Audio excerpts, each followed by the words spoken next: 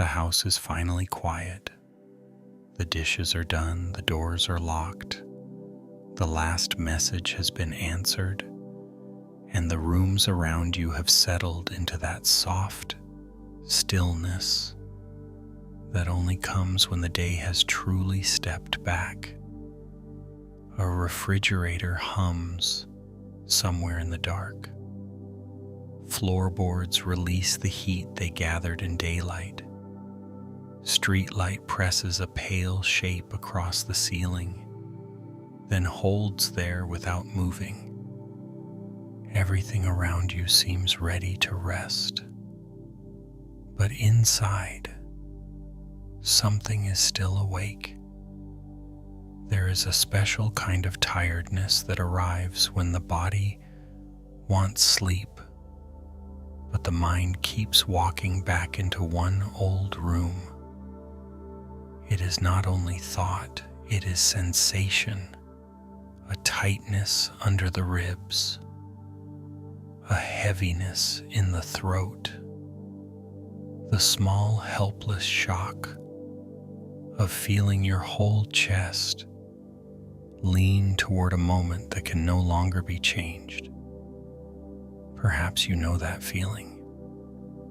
You lie still, but behind your closed eyes, the scene begins again. The same sentence, the same silence, the same look on someone's face, the same missed chance to stay, to speak, to tell the truth, to soften, to go back, to do the one small thing that might have changed everything, or so the mind insists. And so it replays, not because it enjoys suffering, but because some frightened part of you still believes that careful attention might become repair. If you review the memory one more time, perhaps you will finally see the hidden hinge. Perhaps you will find the exact second where the whole past could have turned another way. But night has a way of deepening that illusion.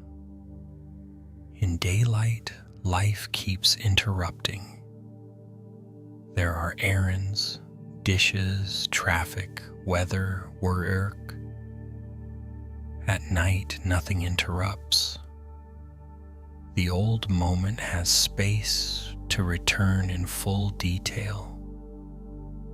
The sound of your own voice, the position of a hand on a table, the color of a wall, the pause before a goodbye, the object that was dropped, the door that was not opened, the call that was not made.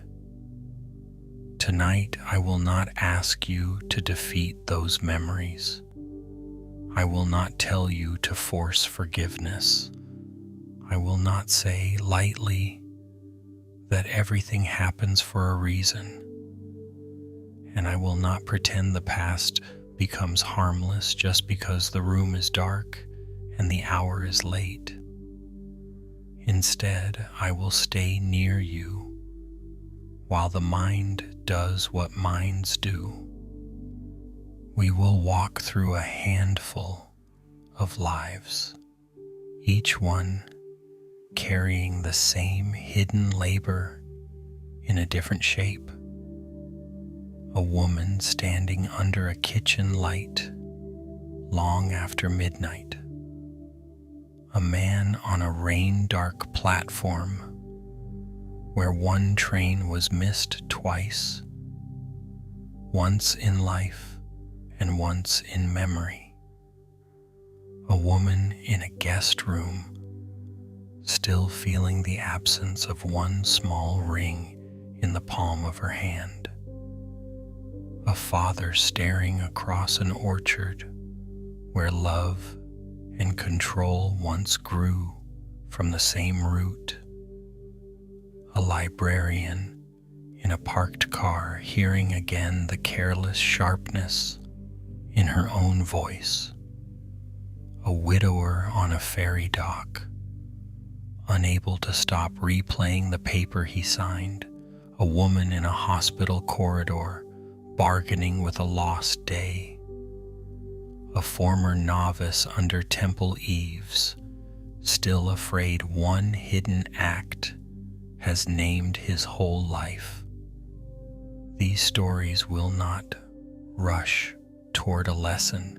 They will move slowly, the way tired hearts move. They will pause where pain pauses. They will return where memory returns. And if you listen without asking too much of yourself, perhaps something gentler will begin to happen. Not correction, not erasure, only a little more room around the wound. That is enough for tonight. We begin in a kitchen where one light is still on and a woman who has mistaken staying busy for staying faithful. Story 1. The bakery door and the fear of being an inconvenience. The microwave clock said 2:14 a.m. Its green digits were the only things in the kitchen that seemed alive enough to insist on time. Everything else had fallen into a strange after-midnight suspension. A half-empty mug of tea sat beside a stack of grocery receipts. A spoon rested in the sink. The radiator under the window clicked now and then, giving off a dry metal warmth that never quite reached the corners of the room. Anna sat at the table with both hands around the tea she had already forgotten to drink. The kitchen was too bright for the hour. The fluorescent light over the stove flattened everything it touched. It made crumbs look accusatory. It made dust shine. It made the white cupboard doors seem hard and clinical, as though this were not a room inside a narrow house on a sleeping street, but some place where evidence was being kept. She liked that light for reasons she would never have named aloud. As long as it stayed on, there was still something to do. A receipt to sort, a pan to dry, a dish towel to fold more neatly, a counter to wipe again, though it was already clean. If the light remained on, then the night had not yet reached the part where she would have to feel herself stop. That was the part she dreaded. All her life, Anna had been loved most easily when she was useful. No one had said it plainly. No one had taken her by the shoulders as a child and told her that care must be earned through service. But some lessons do not arrive in language. They arrive in atmosphere. She had grown up in a house where tension could be sensed before it could be discussed. She learned early to read the sound of footsteps, the pressure in a room, the difference between her mother's tired silence and her father's disappointed one. She learned to clear plates before being asked, to remember appointments, to quiet her own wants while other people's needs pressed forward. When adults praised her, it was almost always for being helpful. When trouble passed through the house without breaking anything, she often discovered much later that her own vigilance had been part of the repair. It gave her a shape. It gave her worth. It gave her a role she could step into before she understood that children are supposed to be held, not employed by the emotional weather of a family. Now she was 46, and the role had long outlived its original necessity. Her daughter lived several states away. her job at the public library filled her days with other people's small crises, missing forms, broken printers, overdue books, and confused questions. She answered in the same calm voice, no matter how tired she felt.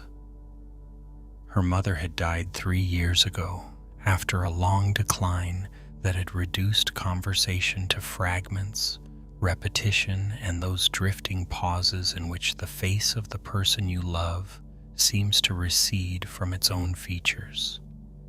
Still, every night, Anna behaved as if someone somewhere might inspect her effort. That was why she remained at the kitchen table long after any practical reason had passed. She picked up a receipt, then set it down. She folded the dish towel once more. She opened the refrigerator and looked in without seeing anything. She closed it again. In the dark window above the sink, her reflection hovered faintly over the backyard. Pale and tired and somehow watchful, the worst memory did not come all at once. It never did. It entered by way of ordinary things. A chair, a spoon, the shape of winter light against linoleum, her mother's old cardigan once left on the back of that same chair. The memory lived not in one clear picture, but in a series of details that still knew how to find one another. That Tuesday had also been cold. Her mother had been sitting at this same table, though her hands had already changed by then, thinner, almost translucent, the skin marked by time and medicine and frailty. The kettle had whistled. Anna had been late for work. Her mother had asked the same question for the 4th time that morning. Was the doctor appointment today or Thursday? Anna had answered gently the first 3 times. The 4th time she had turned too quickly. Fatigue spoke before mercy did. For the last time, Mom, I already told you.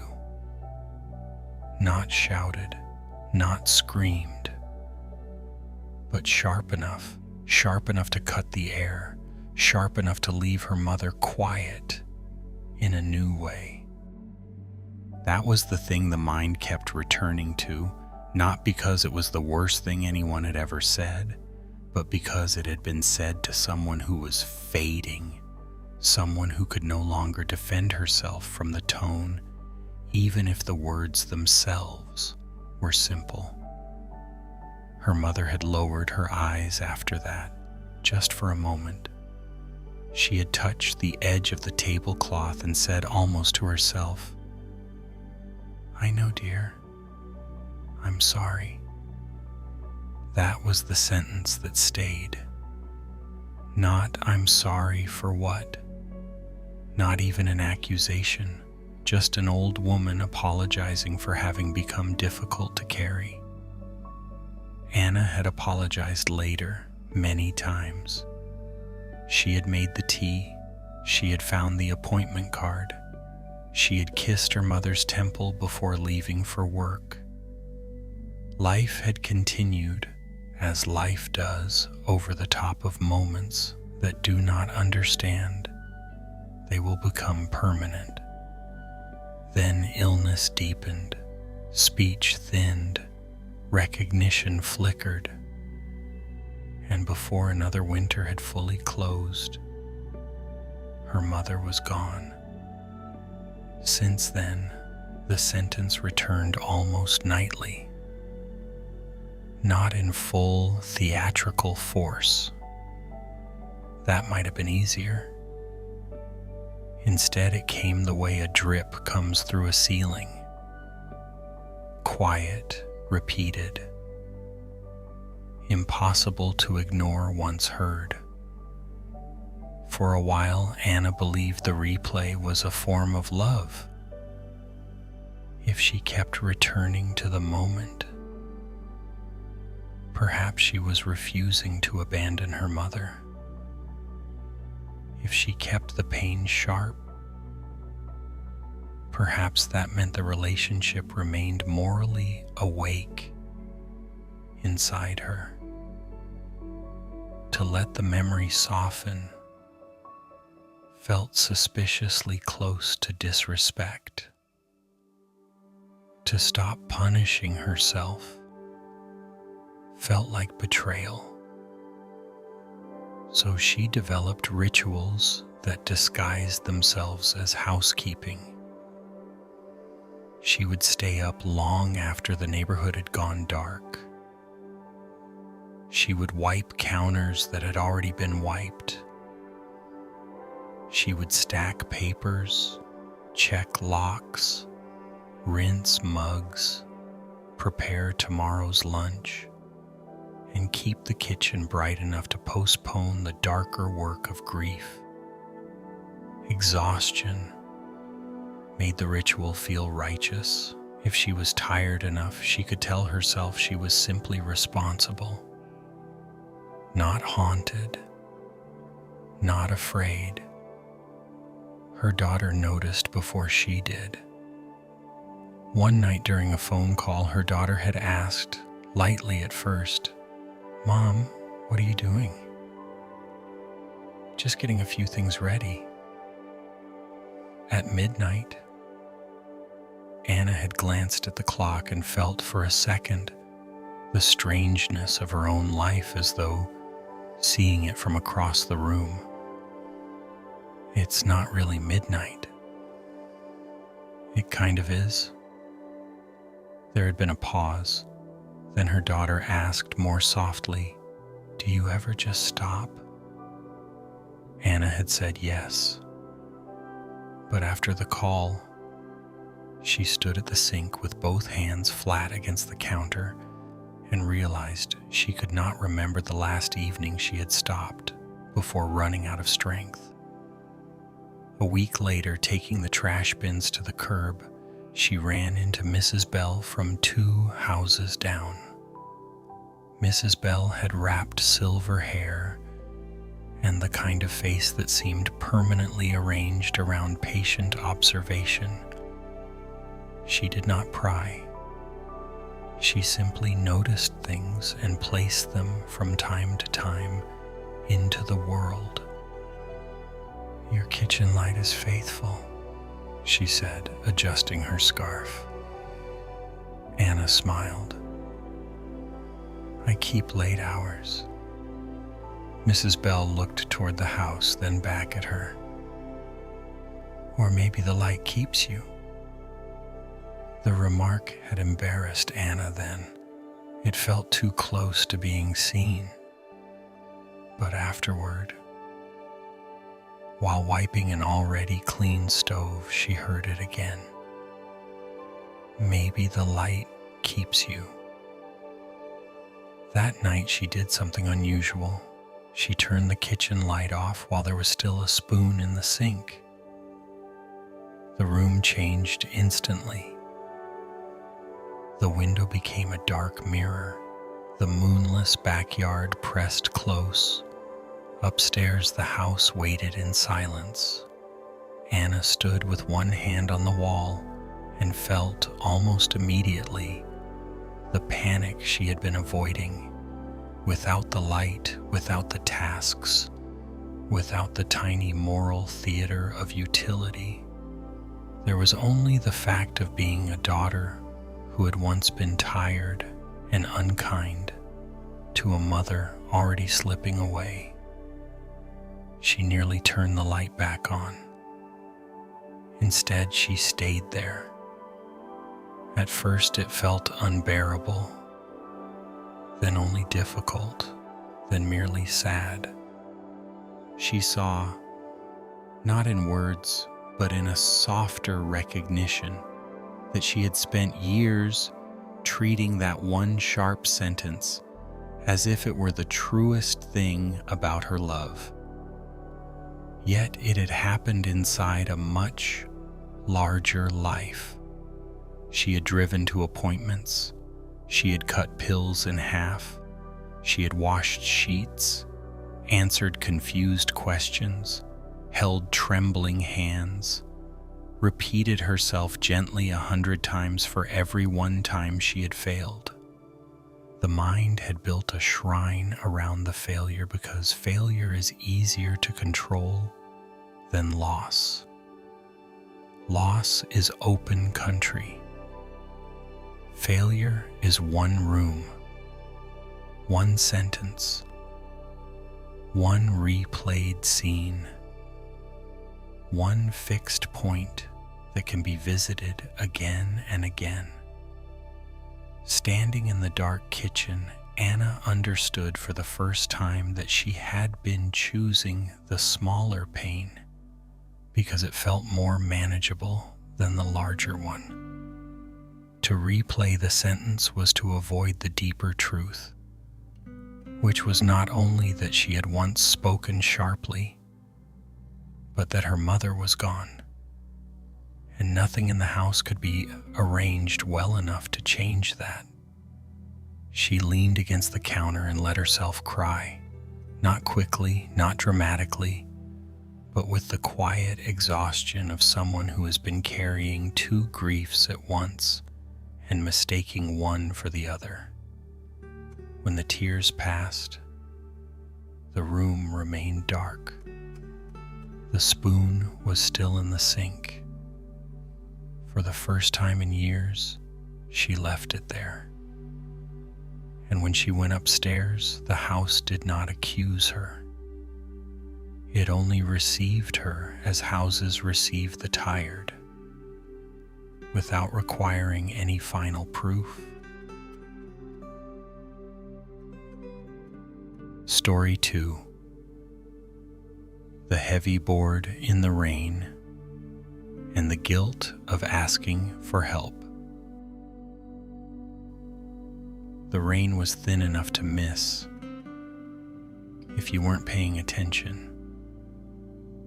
It did not fall in drops, so much as gather itself in the air and settle on every visible surface, turning the platform dark and reflective. The station lamps cast amber pools over the concrete. Water shone along the yellow line. Far down the tracks, a signal light burned red through the mist, like a patient wound. Daniel sat on a metal bench with both hands clasped between his knees. The bench was cold through his coat. The overhang above him ticked now and then as gathered water let go. A few other passengers stood at a distance, indistinct behind umbrellas, each person sealed inside the small, private weather of waiting. It was a place built for departures, but at this hour it felt more like a place where unfinished thoughts came to shelter. Daniel had always disliked stations at night. They made choice too visible. A person either boarded or didn't. Doors opened, doors closed, and afterward there was no dignified way to pretend time had not moved. A train platform offered no soft edges. It had the cruel simplicity of a question that expected an answer before you were ready. That was why he still came here sometimes, though he told himself he was only passing through. 10 years earlier, he had stood on this same platform with his younger brother, Leo. The fight that brought them there had not been dramatic. No shouting, no broken objects, no grand declaration that one brother would be better off without the other. Their family did not do dramatic well. They specialized in tighter damage, in remarks made with level voices, in silences, sharpened by intimacy. Leo had been leaving for another city, not forever, but far enough. He had taken a job Daniel privately considered reckless. Daniel, who had learned to confuse caution with maturity, spoke to him all afternoon in the clipped tone of someone who believed he was being reasonable while quietly trying to win. "You always do this," he had said in the car. "Do what?" "Jump first, think later." Leo stared out the window. "It's a job, Dan, not a cliff." "It's unstable." "So is staying in a life you hate."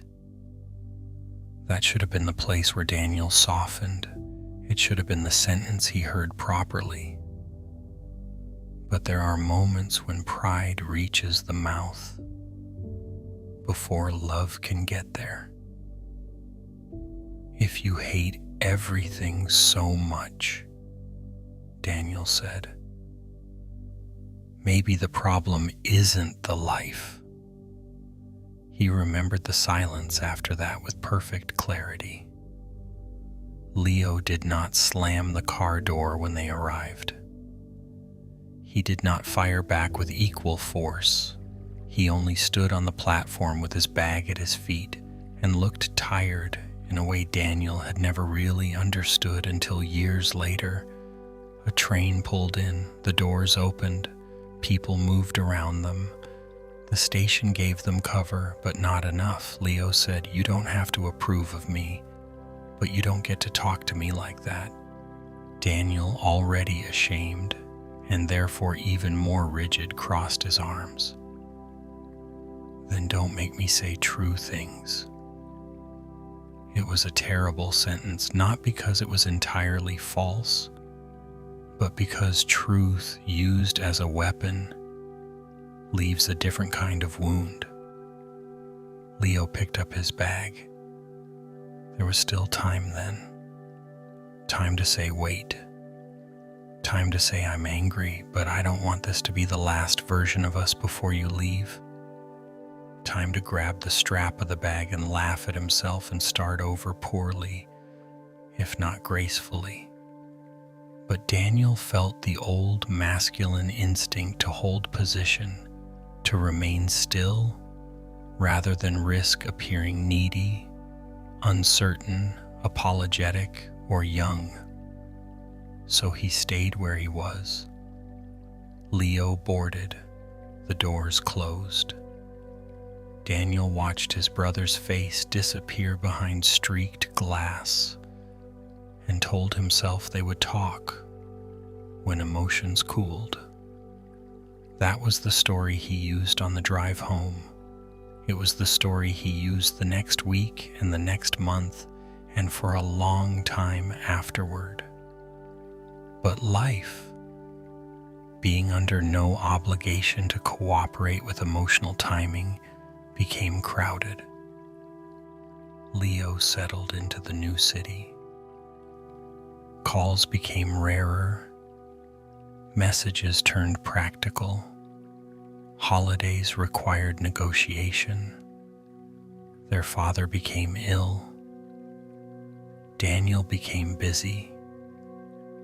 Each brother waited in his own way for the other to reopen something that had never been properly closed. Years passed like that. Then distance hardened into habit. What haunted Daniel was not only the fight, it was the moment after the fight. The moment when repair was still physically available, and he chose stillness instead. The mind returned to that platform because it loved clear geometry. One brother on the bench, one brother at the doors, one choice left alive for 12 or 15 seconds, and then gone. Some regrets are built from what was done. His was built from what was not. At night, the scene replayed with insulting precision, the yellow line, the mist on Leo's coat, the way the train doors breathed before closing. Daniel would lie in bed and perform tiny revisions to his own body. In one version, he stepped forward sooner. In another, he reached out and touched Leo's sleeve. In another, he said, "Don't go like this." In yet another, he said nothing wise at all, only his brother's name, which might have been enough. Each imagined revision carried beneath it the same impossible wish, that one altered gesture might ripple outward and repair a decade. The replay intensified after their father died. Grief, once set loose, has a way of unsealing older chambers. At the funeral reception, Daniel found himself across the room from Leo, both of them holding paper cups of coffee that had already gone lukewarm. They spoke politely. They discussed travel, paperwork, flowers, weather, the practical architecture of a father's death. But under every sentence lived the knowledge that something simpler had been forfeited long ago. That night, Daniel did not sleep. He lay staring at the ceiling and realized that the platform memory had become his private ritual of punishment. He returned to it not only because he missed his brother, but because it was one place where blame could still be perfectly organized. On the platform, he knew exactly who had failed. Real life was murkier. Both brothers had withdrawn, both had waited, both had built adult schedules around unhealed pride. But the mind prefers one clean point of origin. It likes a scene with weather and lighting and doors. It likes a location that can be revisited as though remorse were a train you might someday catch after all. Months later, standing in line for coffee before work, Daniel saw a man in front of him place a hand on his younger brother's shoulder while laughing at something small. The gesture was casual, almost nothing. Yet Daniel felt grief move through him with such force he had to step out of line. That evening he found Leo's number and stared at it for a long time. Calling felt strange, almost theatrical. Too late in one sense, too early in another. He nearly put the phone down. Then he thought of the platform again, and for once, he did not imagine a better past. He only recognized a pattern. There he was again, paused at the edge of one small discomfort while life waited for an answer. So he called. Leo answered on the fourth ring. The conversation that followed was not miraculous. It did not undo 10 years. There were long pauses. There was stiffness. There was one point where Daniel almost retreated into joking, but he stayed. "I've been replaying that day," he said finally. Leo exhaled. "Me too." Daniel looked out his apartment window into the dark and felt for a moment the old platform under his feet. "I should have stopped you," he said. "No," Leo replied after a while. "You should have talked to me." The distinction mattered. He could not go back and board the train.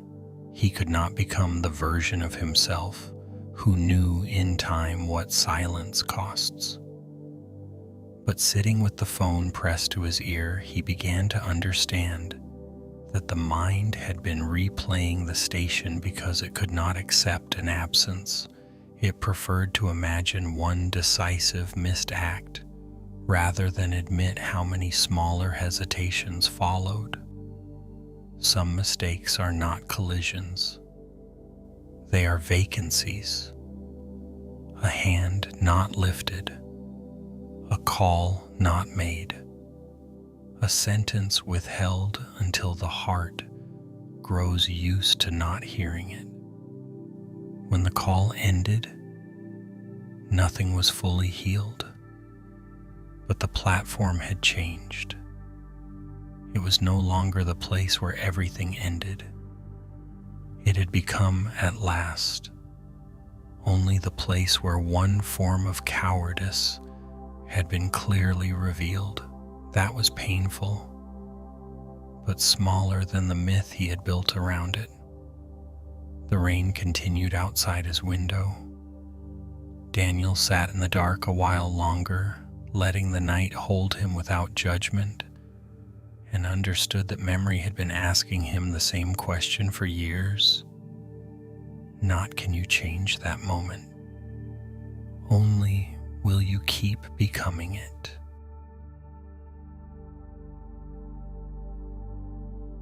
Story 3.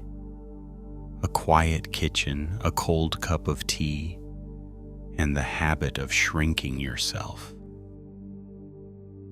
The guest room at the Old Willow Inn smelled faintly of lavender, old wood, and rain-soaked curtains. Claire had loved that smell as a girl. It seemed then like the smell of refinement, of adults who knew where heirlooms belonged and how to fold linen properly, and how to carry delicate things without breaking them. Now, at 58, seated beside the window while evening thickened over the courtyard, she found the room less comforting than exacting. The rain outside had not yet committed itself to a storm. It hovered in the air, silvering the glass, blurring the outlines of the oak trees beyond the wall. A droplet gathered at the top of the window pane trembled, caught briefly on an old groove, then slid down to join another. Claire watched it without moving. On the lace-covered bedside table sat an untouched cup of tea and a jewelry pouch she no longer used. That was enough. The mind was already turning. She could still call up the weight of the ring in her palm, not because it had been large or gaudy. Quite the opposite. It was a slim gold band, set with a pale blue stone, understated enough to disappear unless light found it. Her grandmother had worn it for years, without ceremony. As a child, Claire used to sit near the parlor window and watch the stone flash softly whenever her grandmother lifted a teacup or turned a page. When she was 22, home for a cousin's wedding, her grandmother loaned it to her for the weekend. "Only because you'll understand how to wear a quiet thing," she had said with a smile. Claire remembered the warmth that moved through her then. It was not vanity exactly. It was the feeling of being trusted with something that carried lineage, taste, and affection all at once. The ring seemed to say she had entered the world of women who were considered careful, That mattered more to her than she admitted. Claire had always lived with the fear of being less composed than she appeared. She moved gracefully, spoke gently, dressed well enough, and learned young how to create the impression of steadiness. But under that steadiness lived a private panic about disappointing people who valued elegance, order, and control. The wedding day had been hot. The air by the coast sat heavy on the skin. She remembered the scent of sea salt and roses collapsing in the heat. She remembered pinning up her hair in the little mirror above the vanity and sliding the ring onto her finger with the careful delight of someone stepping briefly into borrowed ancestry. At some point during the long afternoon, the ring vanished. She did not know precisely when. That uncertainty was part of the torment. Had it slipped free while she washed her hands in the powder room? Had it fallen into the grass near the tents? Had she removed it while helping in the kitchen and set it down on a windowsill? The mind searched every possibility, lighting each one from within, but none of them gave her the exact instant of loss. She discovered it gone just before dusk. One moment she was smoothing her dress, the next she looked down and saw only her own bare hand, pale and suddenly foolish. A cold current moved through her body so quickly it made the room tilt. She searched in silence at first, then with increasing desperation. Bathroom floor, corridor rug, garden path, folded napkins, sink drain, bedroom drawer, the hem of her dress. She searched with the frantic discretion of a person trying to prevent panic from becoming public. When she could not find it, she had a choice. She could go downstairs, tell her grandmother immediately, and let the truth arrive while it was still warm and human. Or she could protect herself for one more hour. Fear chose for her. When her grandmother later asked, in an easy tone, whether she had already put the ring away, Claire heard herself answer, "Yes, it's upstairs. I didn't want to risk losing it." That was the true fracture, not the loss itself, the lie. The ring may have been lost by accident. The lie was chosen with full consciousness. At the time, it felt almost practical. She needed time to keep looking. She did not want to ruin the evening. She told herself she would confess as soon as she had exhausted every possibility. But secrecy changes the shape of time. Once the lie enters, each delayed confession gathers weight from the last. By morning, the house was full of departures, luggage, goodbyes, weather talk, forgotten shawls, stacked plates. Claire searched again in private and found nothing. Her grandmother asked once more whether the ring had been packed safely. Claire said yes again. She could still see her grandmother nodding, satisfied. That nod had become unbearable in memory. Weeks later, after inventing one postponement after another, Claire finally told a softened version of the truth. She said the ring had been misplaced after the wedding and only recently discovered missing. Even then, she edited the story, trimming away the worst part, which was not carelessness but concealment. Her grandmother did not react as Claire had feared. There was sadness, yes, a long quiet, a look of private pain she tried gently to hide. But there was no cruelty, no theatrical disappointment, no declaration that trust had been broken beyond repair, which made the whole thing worse. Mercy gives the guilty mind nothing solid to push against. If her grandmother had raged, Claire might have felt proportion return to the world. Instead, she was left alone, with a softer, more enduring shame, the shame of having lied to someone who would likely have held the truth more kindly than she had imagined. Her grandmother died 6 years later. After that, the memory hardened, not because the ring itself had grown more valuable, but because the lie could no longer be answered directly. Claire could no longer go back with the full truth in both hands. She could no longer say, "I was more afraid of your disappointment than honest enough to deserve your trust." She could no longer offer the part she had withheld. So the night mind took over. In darkness, the scene replayed with unnerving intimacy.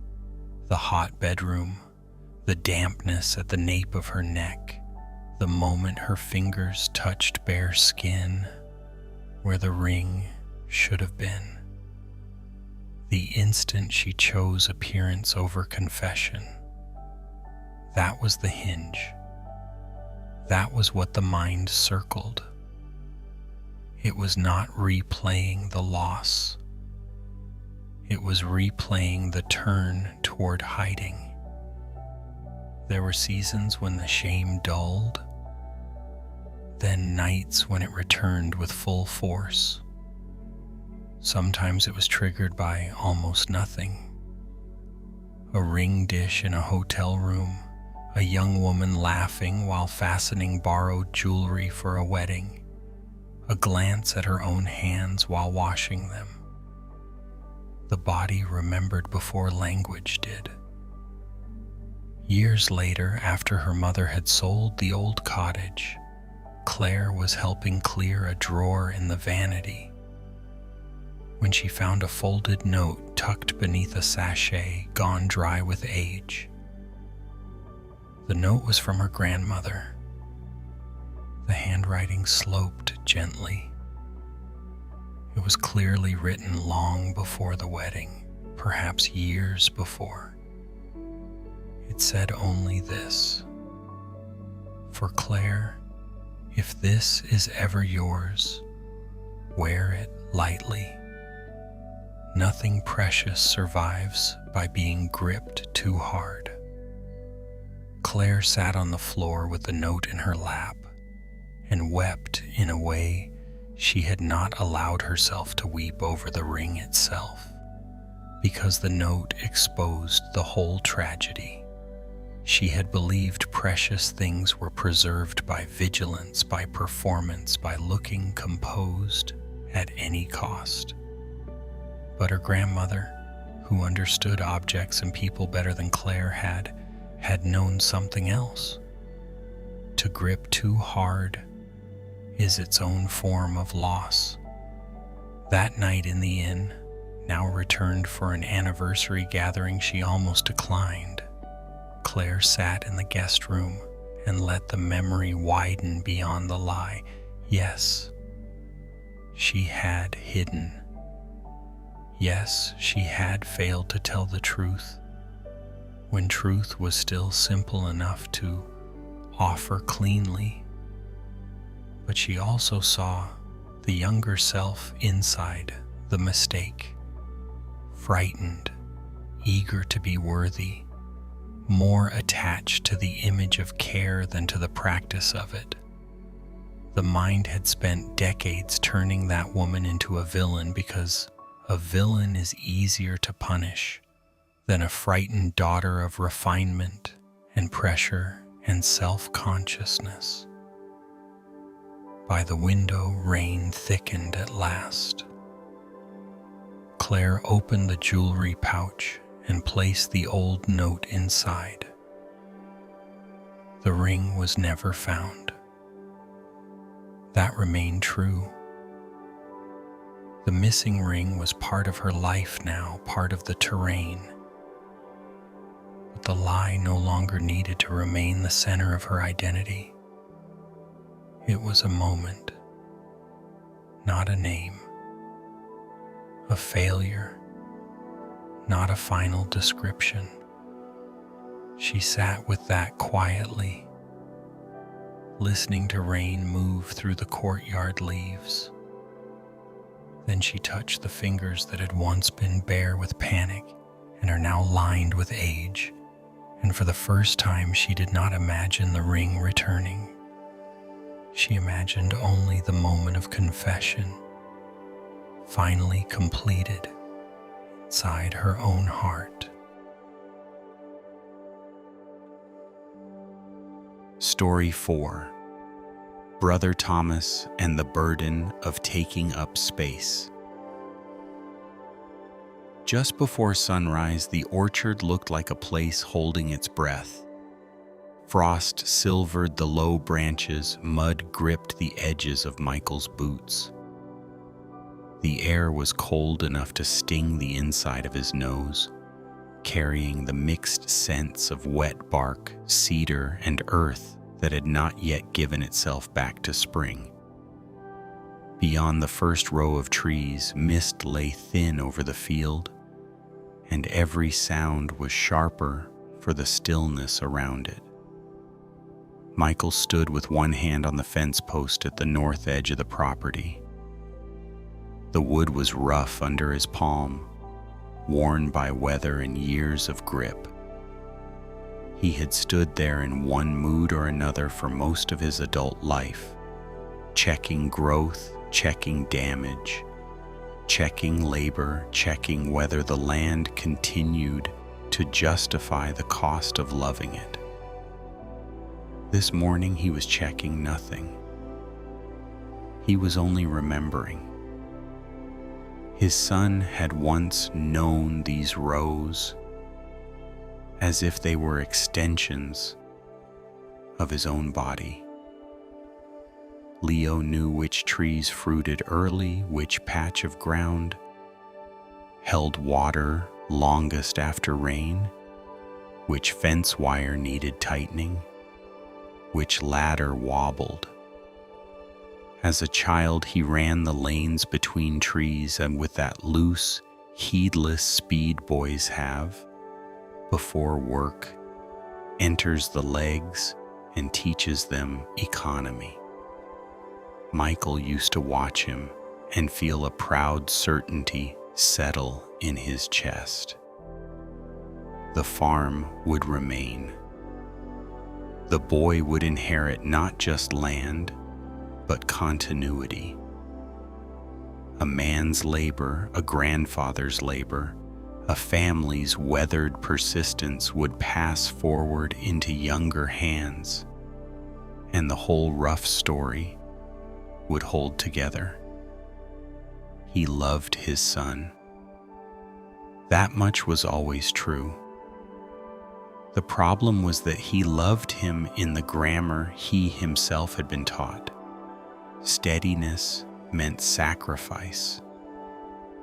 Guidance meant correction. Preparation meant pressure. Tenderness, if it appeared at all, arrived disguised as practical instruction. Michael did not know another language well enough to trust it. When Leo was 19, he began to draw in a notebook he carried everywhere. Designs, maps, plant studies, machinery, buildings, odd combinations of all four. He spoke once or twice carefully about wanting to study landscape design in the city. Michael heard it as threat before he heard it as longing. The city was elsewhere.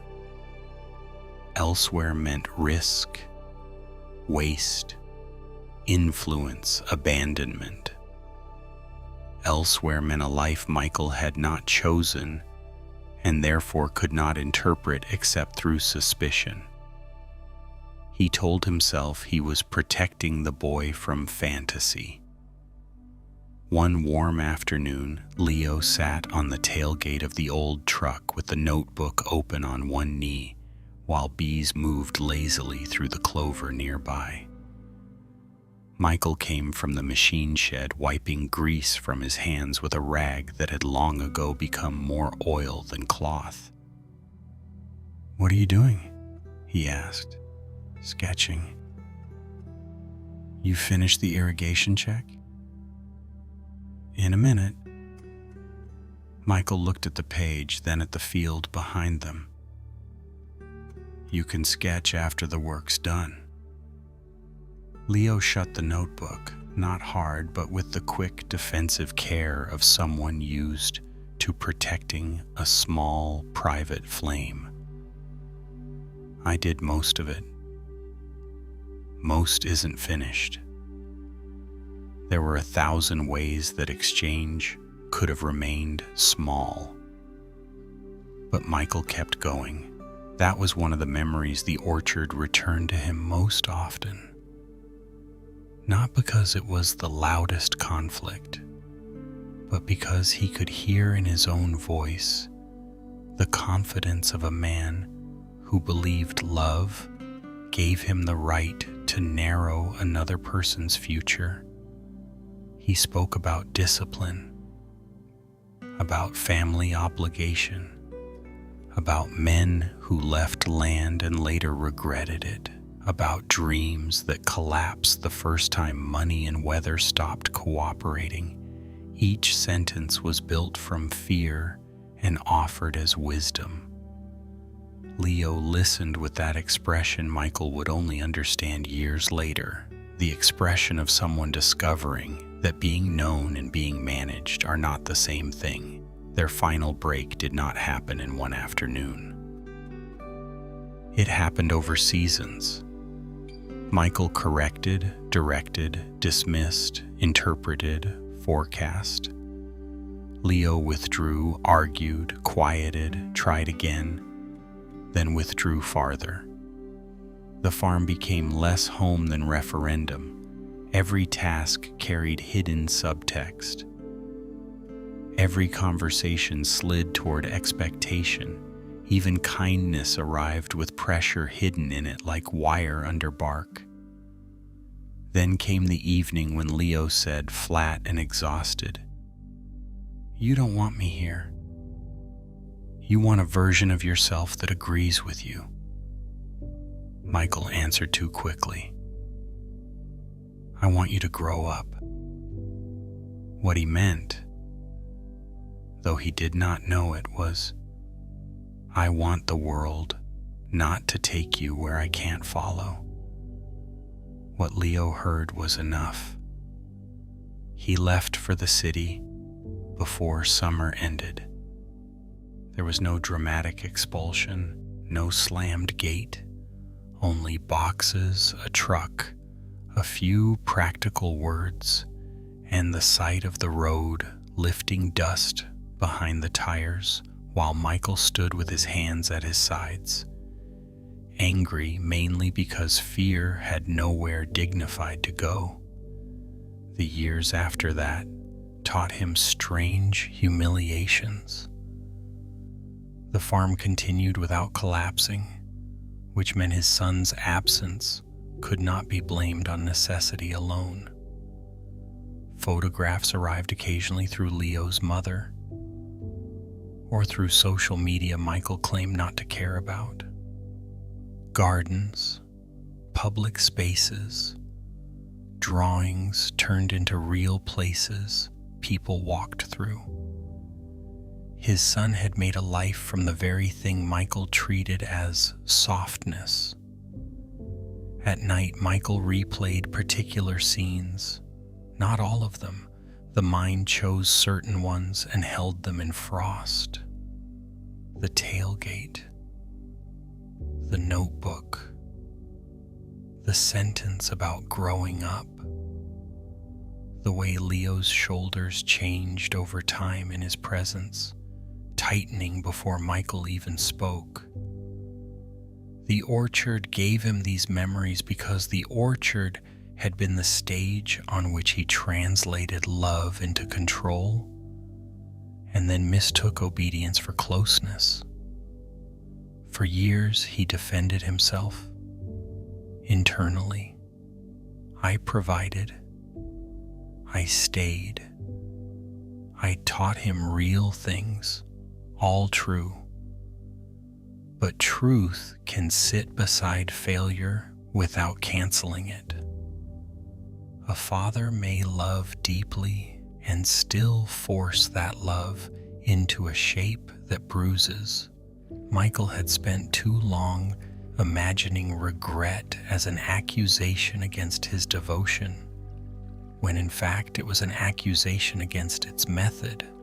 One spring morning, after a night of bad sleep and old arguments replaying in harsh loops, he found one of Leo's early sketches in a drawer of invoices and seed catalogs. It was a drawing of the orchard itself, but not as Michael had ever seen it. Paths curved between trees. Benches appeared near the irrigation pond. Wildflowers softened the edges of functional space. It was still the farm, still rooted in the same land, but it had been imagined as a place people might rest inside, not merely labor through. Michael sat at the desk with the paper trembling lightly in his hand. He saw then what he had refused to see before. Leo had not wanted to leave the land. He had wanted to speak to it differently. That hurt more than the simpler story.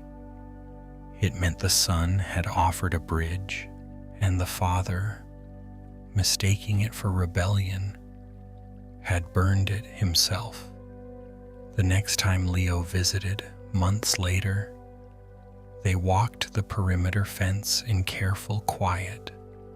Michael felt the old habits rise in him, the urge to comment first on practical things, to stay in the weather and avoid the heart.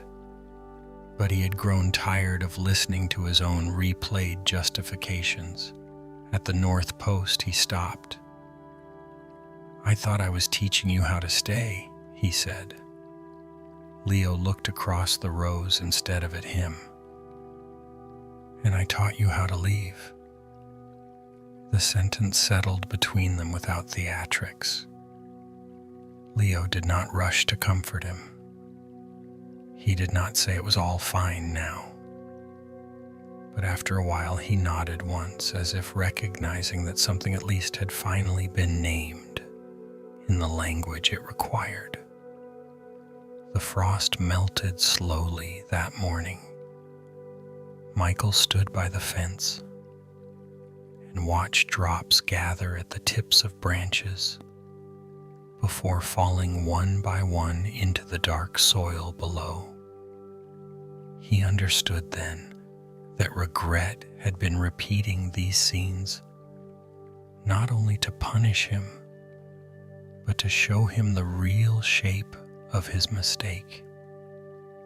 It was not that he had loved the farm more than his son. It was that he had spoken love in the hard dialect of fear and expected the boy to hear blessing where there was pressure. Love had arrived in the wrong language. And once he saw that, the orchard changed. It was still beautiful, still demanding, still full of his father's labor and his own. But it no longer seemed like proof that staying put was the only honest form of loyalty. The trees had survived weather by bending. Perhaps people did too. A breeze moved through the rows. Michael let go of the fence post. For the first time in a long while, He did not imagine forcing the past into a better shape. He only stood in the cold, breathing the smell of thawing earth, and allowed the grief to be what it was, not the loss of authority, the loss of years when tenderness might have been easier than instruction. The rooms are different, but the labor is the same. A kitchen gone bright with sleepless duty, a rain-dark platform where pride held still too long, a guest room carrying the weight of one hidden lie, an orchard where love hardened into instruction and then wondered why it was left alone. Night gathers these places with peculiar efficiency. It carries them back to the bed, the chair, the late quiet of a room where no one is watching but the self. And once they return, the mind begins its old work. It walks the perimeter. It checks each hinge. It opens the same door again. It asks the same hopeless question in a dozen slightly altered forms. What if I had been kinder? What if I had moved sooner? What if I had told the truth? What if I had loved without pressing so hard? There is tenderness in that questioning, though it rarely feels tender. The mind reopens old rooms because it believes vigilance is loyalty. It fears that if it stops revisiting the injury, it will become careless, disloyal, or morally asleep. So it keeps watch. It stands guard over what cannot be changed, as though remorse itself were a lantern held through the dark. But a lantern can become a burden, and the hand that carries it grows tired. Perhaps that is what you are feeling tonight. Not only guilt, but fatigue. The dragging fatigue of a self that has been supervising the same pain for too long. Even rest begins to seem undeserved when part of the mind is still on patrol. So we go on quietly, not away from regret, not yet, but deeper into the many forms it takes. Because when a feeling appears in different lives, its true outline begins to show. And sometimes that outline is gentler and sadder than the verdict we first gave ourselves. There is more to see. A parked car outside a library in the rain, a ferry dock smelling of rope and wet wood, a hospital corridor where resentment and grief arrive too close together, temple eaves holding the last drops of evening. We move there now. Story 5. Loving someone while secretly feeling like too much. By late October, the rain no longer fell cleanly. It lingered. It darkened brick, softened edges, and turned every patch of pavement outside the municipal library into a dim, reflective sheet. Ruth sat in her car with the engine idling, hands fixed on the steering wheel, while the wipers dragged slow arcs across the windshield. The return slot, painted dark green and beaded with water, stood under a street lamp like a patient witness. She had come to drop off 2 books she had finished and one she had not. Instead, she sat there 20 minutes without moving. Age had not made Ruth sentimental. If anything, it had stripped her. She no longer wasted much time on the fiction that she had always been kind, simply because she had always been competent. Competence and kindness had traveled alongside each other in her life, often enough to be mistaken for the same virtue. But they were not twins. She knew that now. The library had once been her kingdom of quiet order, not a glamorous kingdom, but a reassuring one. Shelves labeled correctly, forms filled out properly, books returned on time, voices lowered, questions answered with efficiency. She believed, perhaps too strongly, in the moral value of keeping things in place. Disorder made her uneasy. Hesitation annoyed her. She thought of herself as fair because she applied rules evenly.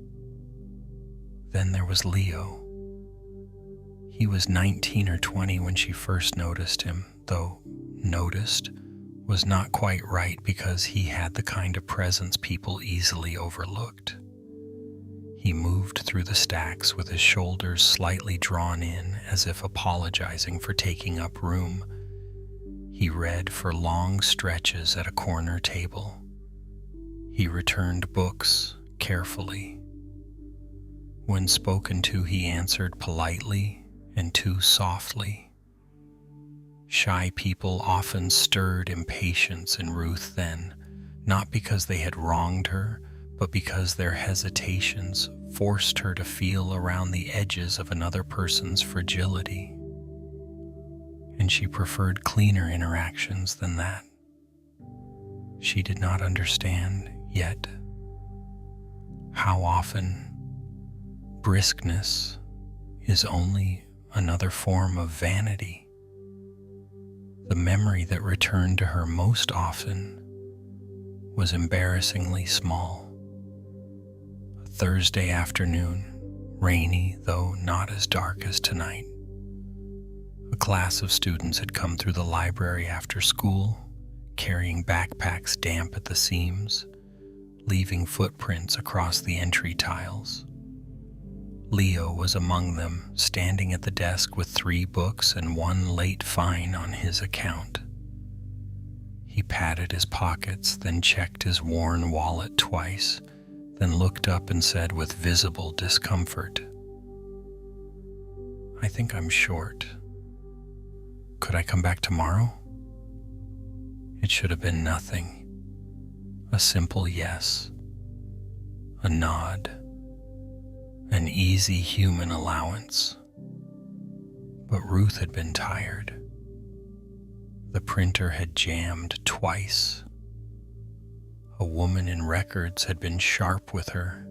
2 children were whispering loudly near the magazines.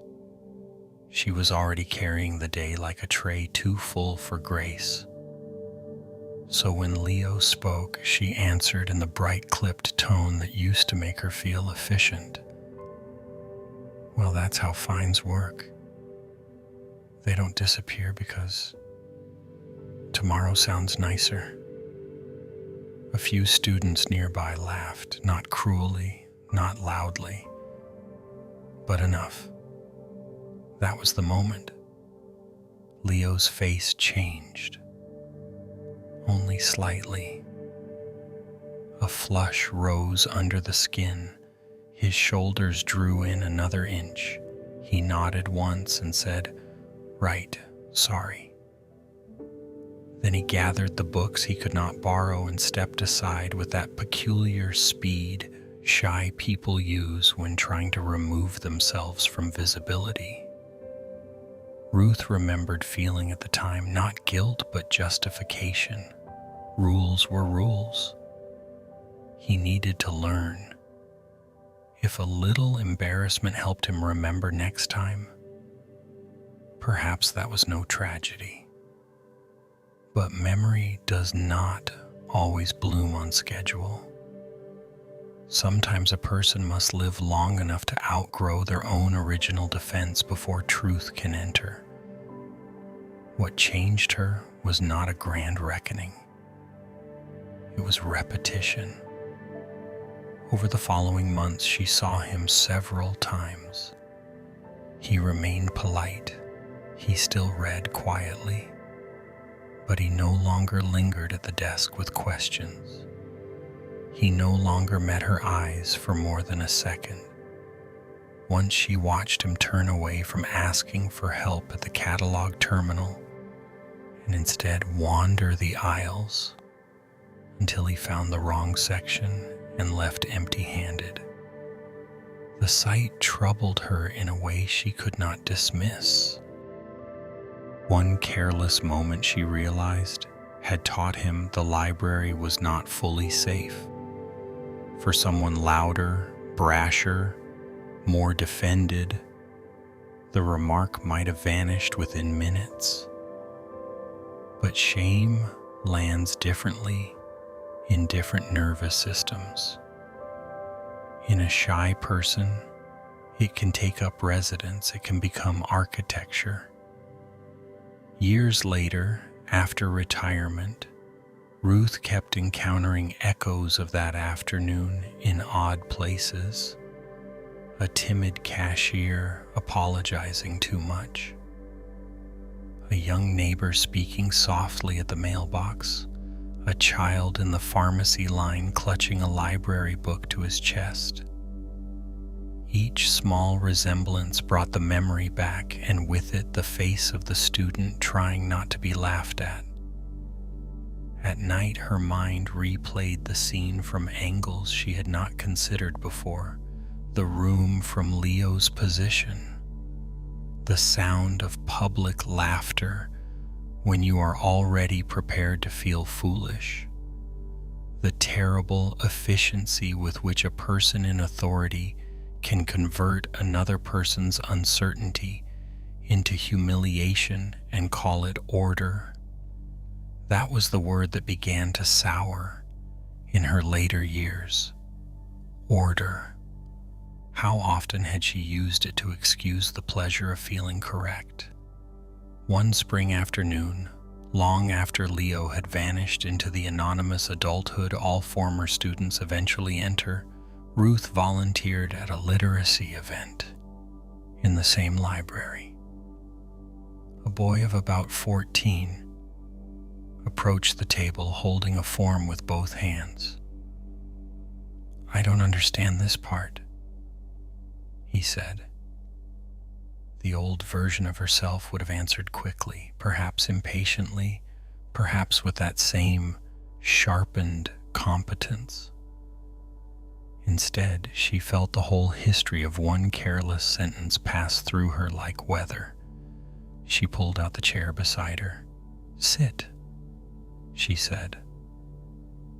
"Let's look at it together." The boy sat, his shoulders lowered. Nothing dramatic happened. A form was explained. A question was answered. But Ruth felt something inside her shift. Not absolution exactly, only a refusal to keep reenacting the same small cruelty in new settings. Tonight, in the parked car, rain ticking softly on the roof, she understood why the return slot had pulled the memory back so strongly. It was a mouth in the dark, a place where people put back what they could not keep. If only remorse worked that way. If only you could slide one sentence through metal and hear it land somewhere out of reach. But the mind does not discard so easily.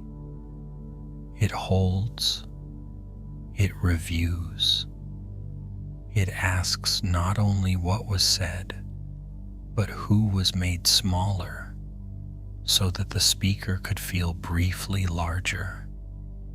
Ruth opened the car door at last. Cold, damp air entered at once. She carried the books to the slot and fed them through one by one. Each landed with a padded thud. When the last one was gone, she kept her hand resting on the metal flap. "I'm sorry," she said into the rain, though no one was there to hear it. And because the apology could not reach its original destination, it spread wider inside her. Not toward self-forgiveness exactly, toward accuracy. She had not ruined a life. She did not need the vanity of imagining herself that powerful. But she had wounded a young person in a place where gentleness would have cost her almost nothing. That was enough. That was the truth the mind had been trying to hold in view. One careless moment can become a private courtroom, yet even in a courtroom, one honest admission changes the air. Ruth closed the slot, stood for a moment under the wet glow of the lamp, then walked back to her car through the fine, steady rain. The mistake remained, but it no longer needed to be defended, and that made it lighter to carry. Story 6. The Reflex of Saying Sorry Before You Even Speak. At the river mouth, evening dampness settled into everything. Rope smelled darker there. Wood held moisture longer. Even clothing seemed to absorb the air until it sat heavier on the body. Thomas stood at the end of the ferry dock with his boots on the worn planks and listened to the low complaint of water against pilings below. Some smells belong to grief, more faithfully than photographs do. For him, it was hemp rope, old cedar, diesel, and river silt. Those smells belonged to the Mary Ann. She had not been an impressive boat to anyone outside the family. A small working vessel painted blue years ago and repainted badly more than once after that. Her hull bore scars from weather and use. Her deck pitched harder than comfort allowed when tide and wind disagreed. But Sarah loved her with the practical intimacy reserved for things that have accompanied real seasons of life. Thomas loved her too, though perhaps less purely.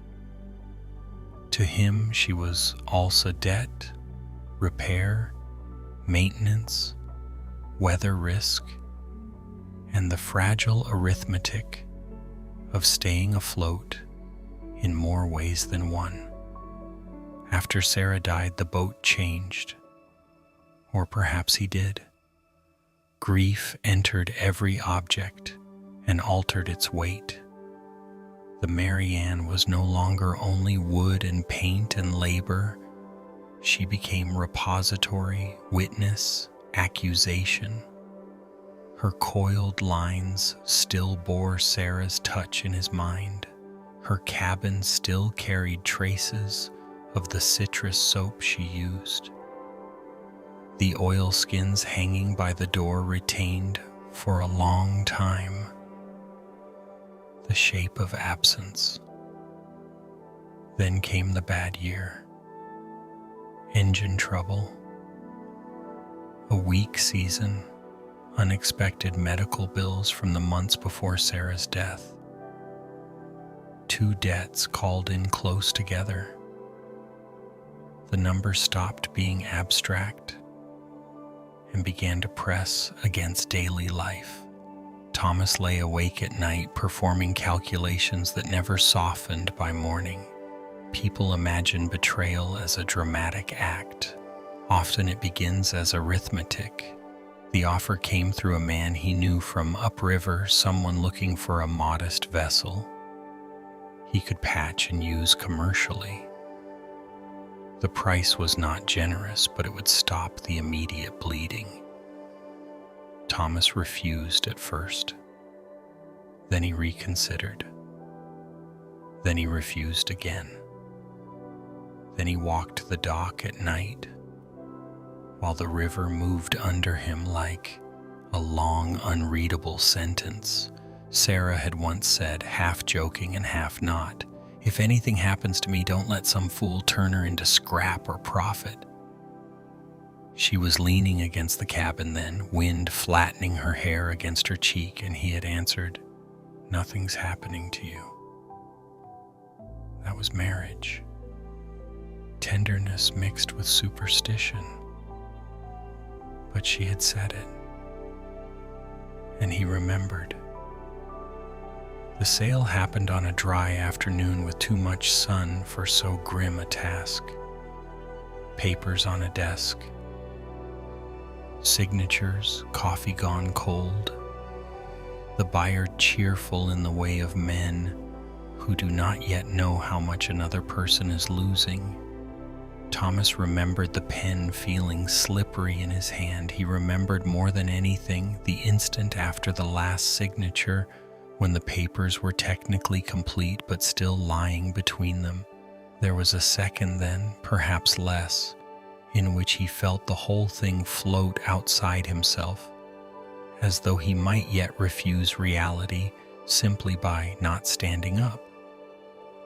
Then he stood, and that was that. Practical necessity defended him for a while. You had no choice. Sarah is gone. Debt is real. Sentiment does not pay bills. All of that was true. But truth again did not close the wound. Night made sure of that. At night, Thomas replayed the signature not because he doubted the financial logic, but because the sail had become the scene where survival and betrayal touched each other so closely he could no longer separate them cleanly. He imagined smaller revisions. One more month, one more call for help, one more humiliating loan request, one more season of trying. In some versions, he sold his truck first. In others, he downsized the apartment sooner. In others, he simply suffered more openly rather than convert memory into cash. The mind is ruthless with the past because it spends no actual money there. It can afford every alternative. What it could not afford, it seemed, was uncertainty about moral identity.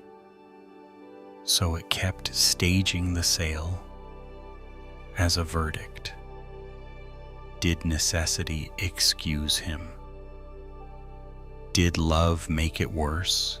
Did Sarah's death remove the promise or intensify it? Was he practical or faithless? The dock became the theater where all these questions stood under the same dim lights and refused to leave. Months after the sale, Thomas took the ferry across on an errand and glimpsed the Mary Ann tied at a private landing downstream. The hull had already been altered. New paint, different rigging, a crate where Sarah once kept nets. He felt a physical jolt so sharp it made him grip the rail. That night he drank too much and sat on the kitchen floor staring at nothing.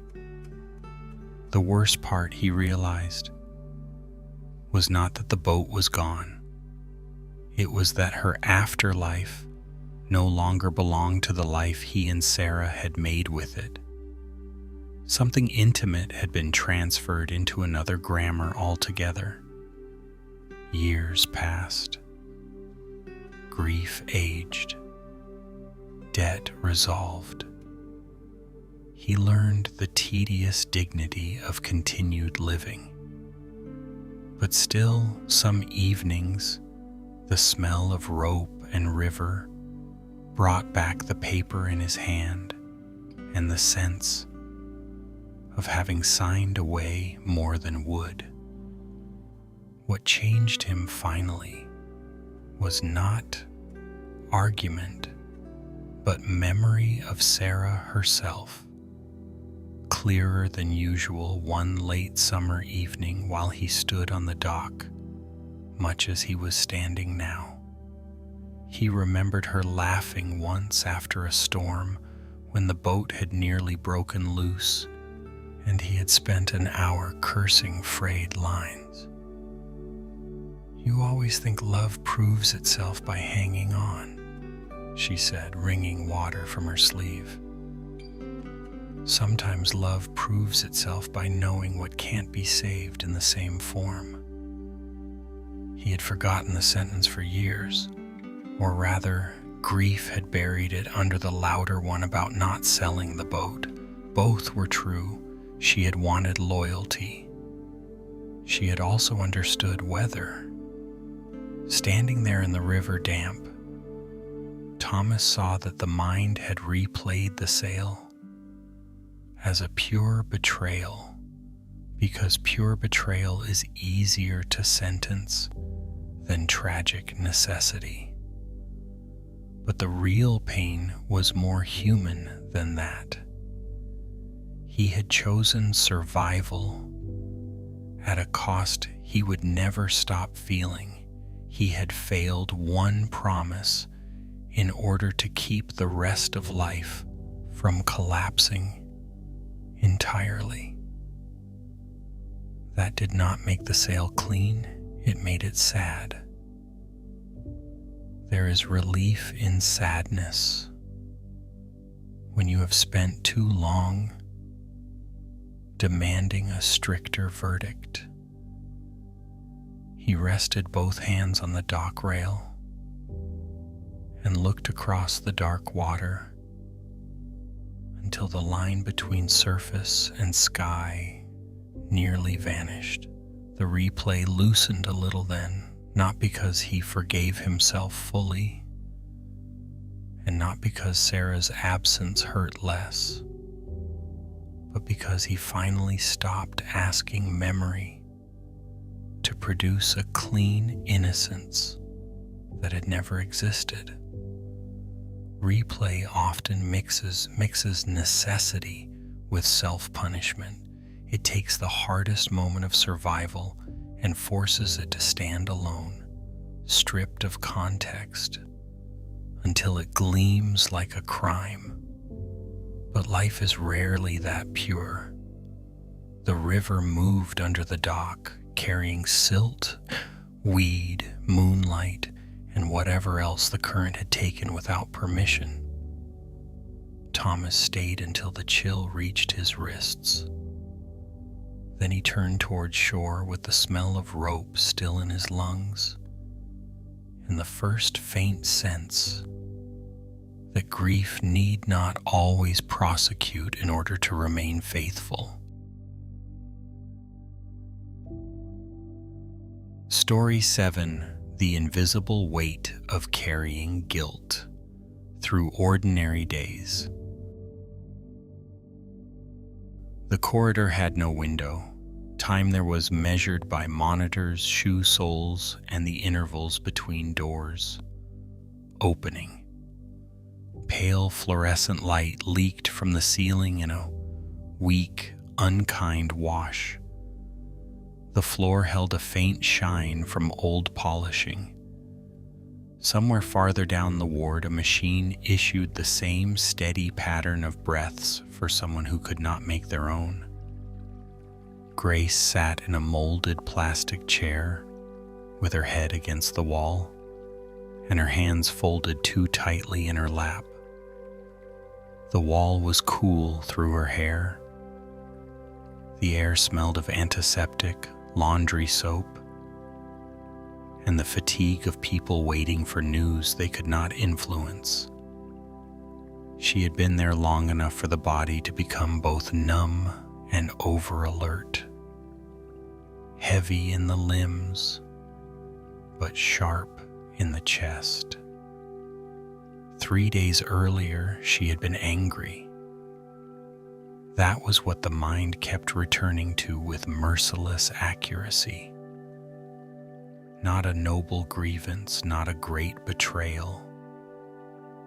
A message from her friend Sarah that landed wrong, touched an old bruise, and arrived on a day when Grace herself was already worn thin. The words were not even especially cruel. A thoughtless dismissal, perhaps. A tone too breezy for something Grace had shared vulnerably.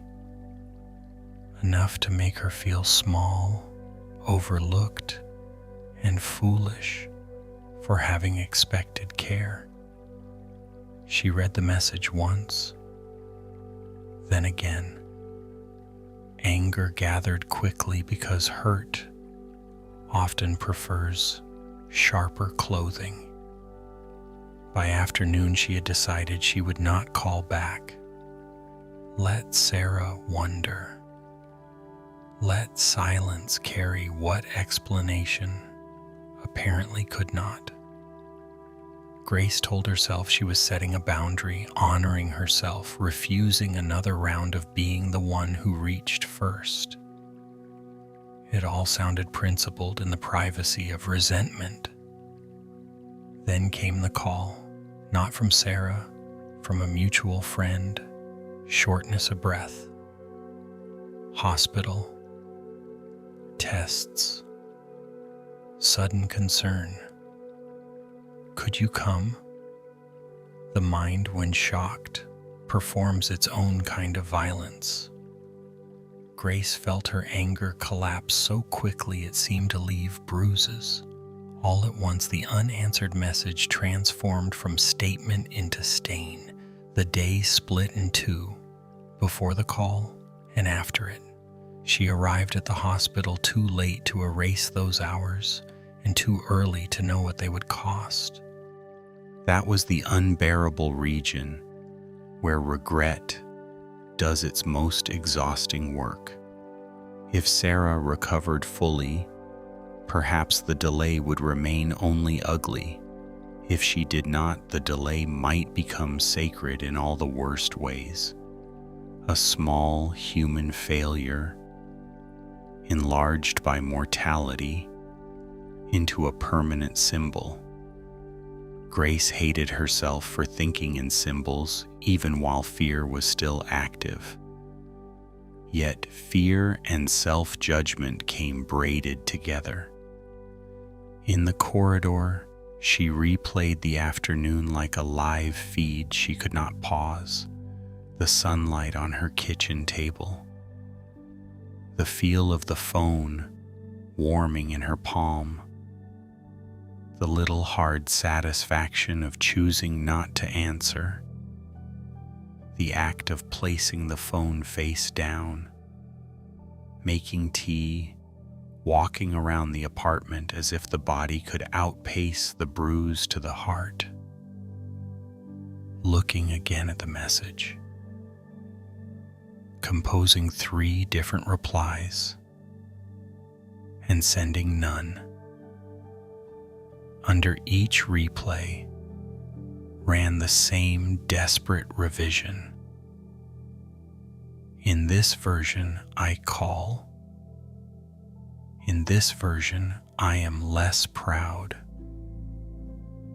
In this version, I understand in time that friendship should not be gambled against one bad moment. But hindsight is merciless because it is fed by knowledge the earlier self did not yet possess. That was part of the cruelty now. Sitting under fluorescent light, Grace could not remember what it truly felt like not to know the hospital was coming. Her mind edited the past into a moral test she should have recognized. It replaced ordinary uncertainty with false omniscience. That is one of remorse's oldest tricks. It goes back and installs warning signs that were not visible at the time. Hours passed. A doctor entered. A nurse left. Someone down the hall cried once briefly, then became quiet. Grace watched all of it through the haze of inward prosecution. She was not only afraid for Sarah, she was also trying to determine whether she herself had crossed some invisible line from flawed friend into unforgivable one. When Sarah's sister finally came out of the room and sat beside her, Grace braced for blame. It would almost have been easier. Instead, the woman only said, "She was asking if you'd come." That sentence undid something in her. Not because it cleared her, but because it exposed how differently love keeps its accounts. Grace had spent hours constructing a courtroom. Sarah, somewhere beyond the doors, had simply wanted her friend. When Grace was finally allowed in, the room was dim, except for one reading light and the pulse of monitors. Sarah looked smaller in the bed than Grace had ever seen her. Tubes changed the face. Fatigue altered the mouth.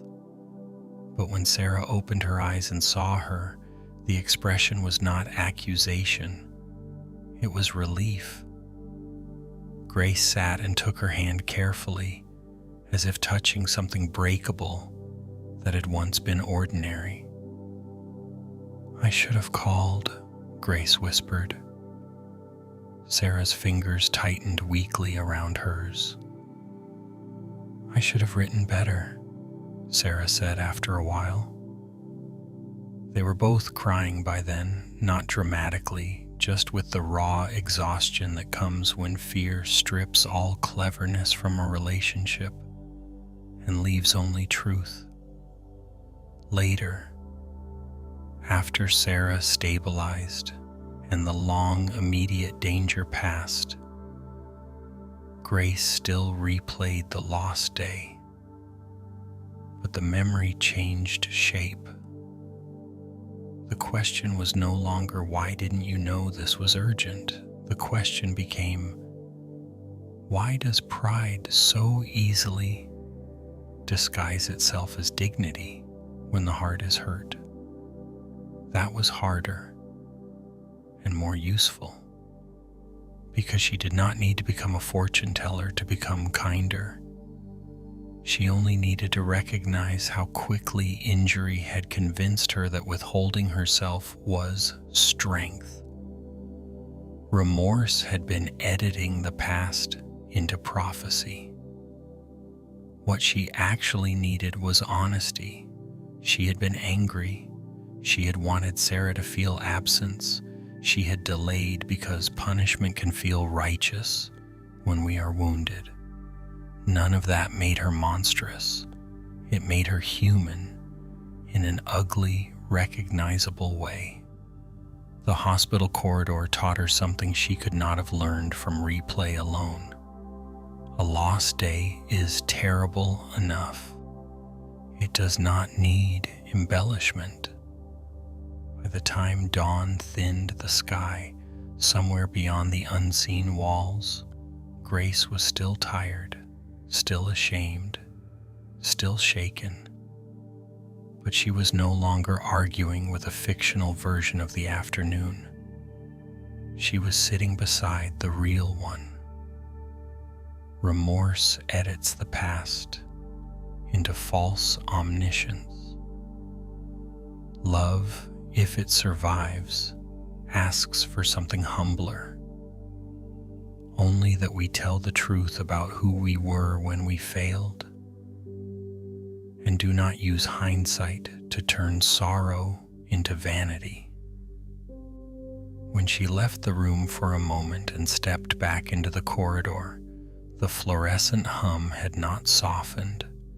The floor was still cold-looking. The machines still breathed for strangers down the hall. Yet the replay had loosened. It had become less a trial and more a grief. That hurt, but it also let her sit down at last. Story 8. The night you realize you never had to apologize for existing. Rain had passed an hour earlier, but the temple still held it. Water gathered at the ends of the eaves and dropped at long intervals into the stone courtyard below. The cedar boards of the veranda had darkened almost black. A mossy rock near the drain shone green in the fading light. The whole place seemed steeped in damp stillness, as if evening itself had been washed and set carefully back into the world. Eli sat with his bare feet tucked beneath him and watched a narrow line of water find its way between two stones. In the daytime, the temple was disciplined by routine: bells, sweeping, chanting, chopping vegetables, folded robes, visitors asking questions in lowered voices. There was always some sound by which the self could measure itself. But after rain, and especially after evening rain,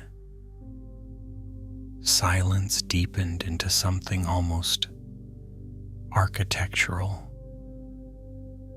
It gave the mind large rooms to move around in. For years, Eli had feared those rooms.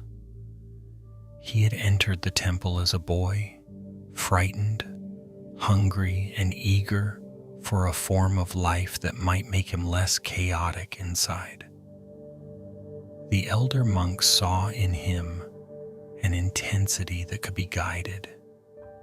He saw in them a steadiness he mistook for freedom from all stain. The theft happened when he was 15.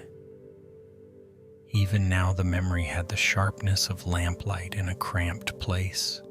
The storeroom behind the kitchen smelled of dried herbs, rice dust, and old wood. He had gone in searching for oil paper and found instead a cloth bundle with coins inside, set aside for market errands. Just a few. Not treasure. Not enough to change anyone's life. Enough, however, to feel enormous in the hand of a hungry, frightened boy who had not yet learned the difference between need and permission. He took them. The act itself lasted seconds. What followed lasted years. He hid the coins in the hem of his robe and spent them in the village, on warm food and one foolish trinket he later threw into the river because he could not bear to keep visible proof. While eating, he imagined every passerby could see guilt lit across his face. Back at the temple, he walked through evening prayers, certain the whole room had become an eye. No one confronted him. That made it worse. A revealed crime can move. It becomes confession, consequence, repair, perhaps forgiveness. A hidden crime stagnates. It breeds interpretation. Every glance becomes suspicion. Every kind word becomes undeserved mercy. Every silence becomes a test. Eli grew older. He studied. He served. He learned long hours of stillness. He became, by any outward measure, trustworthy. The elders respected him. Younger novices listened when he spoke. Visitors sometimes said his calm seemed ancient. Inside, one narrow chamber remained unventilated. At night, especially in weather like this, his mind replayed the storeroom, the cloth bundle, the cold, quick movement of his own hand, the pounding in his chest, the lie of ordinary breathing during prayers afterward. He did not replay it because the amount taken still mattered. He replayed it because the act had fused itself to identity. A mind can do that with astonishing stubbornness. It can take one hidden act and turn it into a secret title. Not "I stole coins once." I am the kind of person who would do that.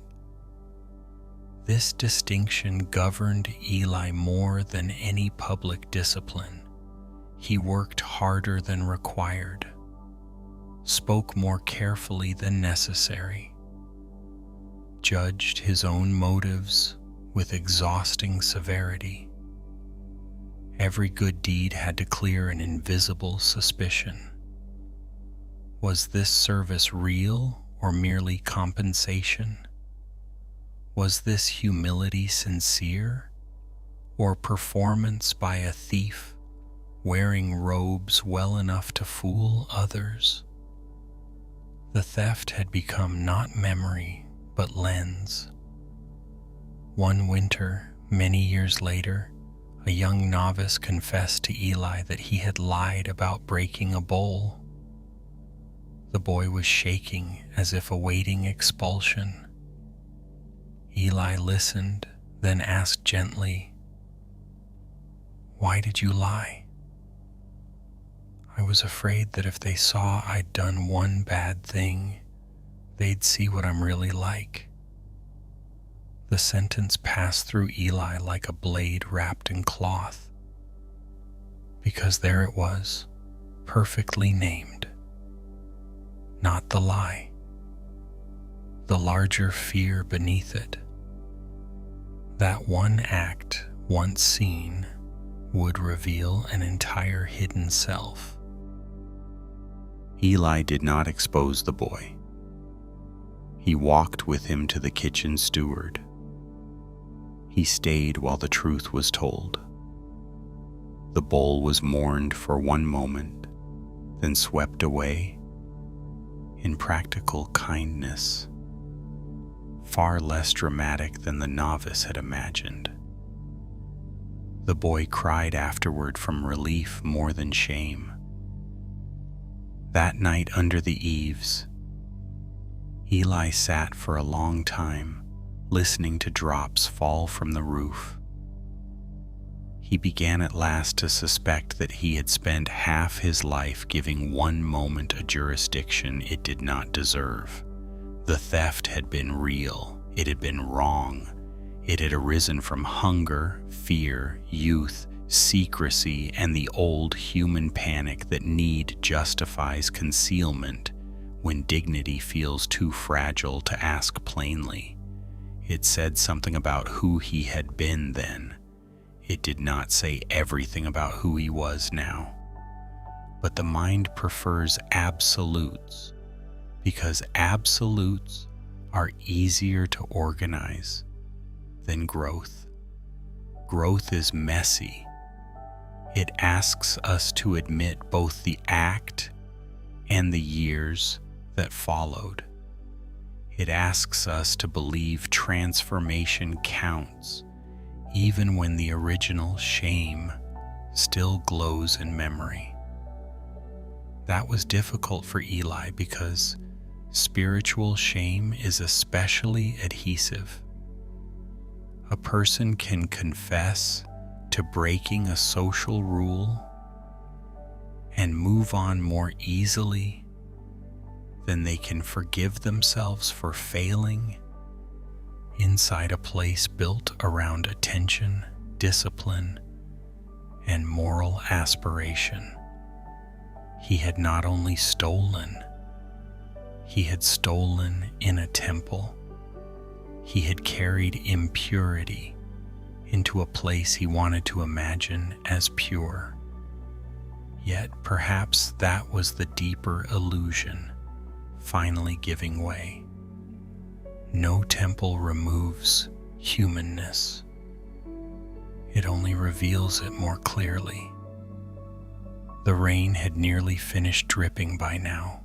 The line of water between the stones had thinned. Somewhere deeper in the compound, a bell sounded once, low and round.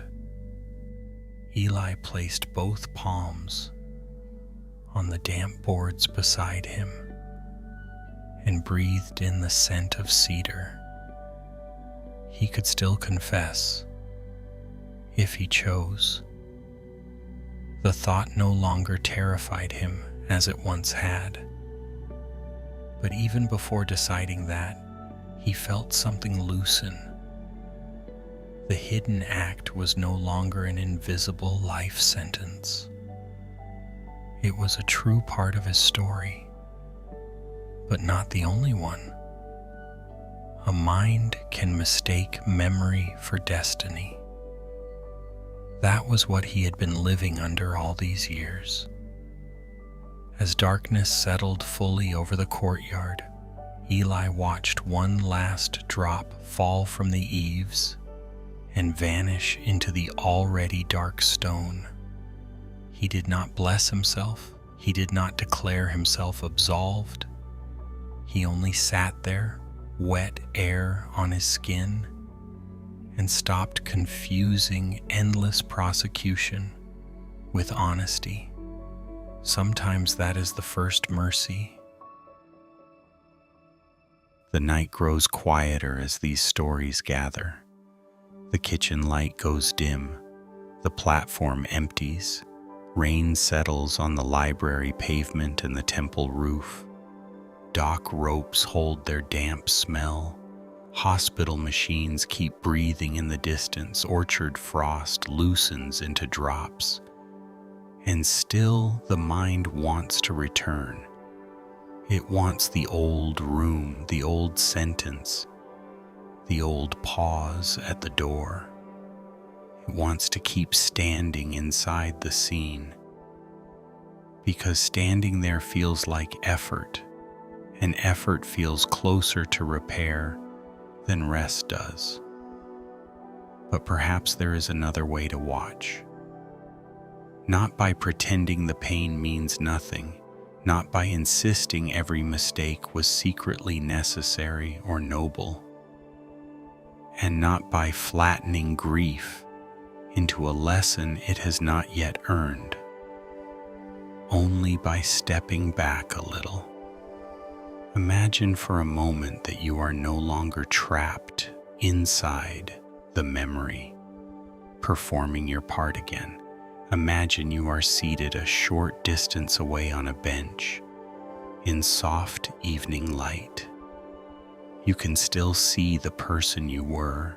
You can see the fear in them, the pride, the fatigue, the hunger, the old wound that made the wrong choice feel for 1 second like the only one. You can see the harm too.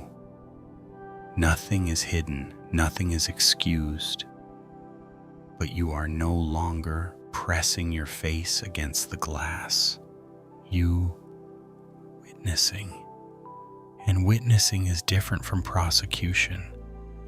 A witness notices trembling hands, tired eyes, inherited habits, the pressure of old grief, the speed with which shame turns into concealment, the way love gets tangled with control, the way resentment can masquerade as dignity.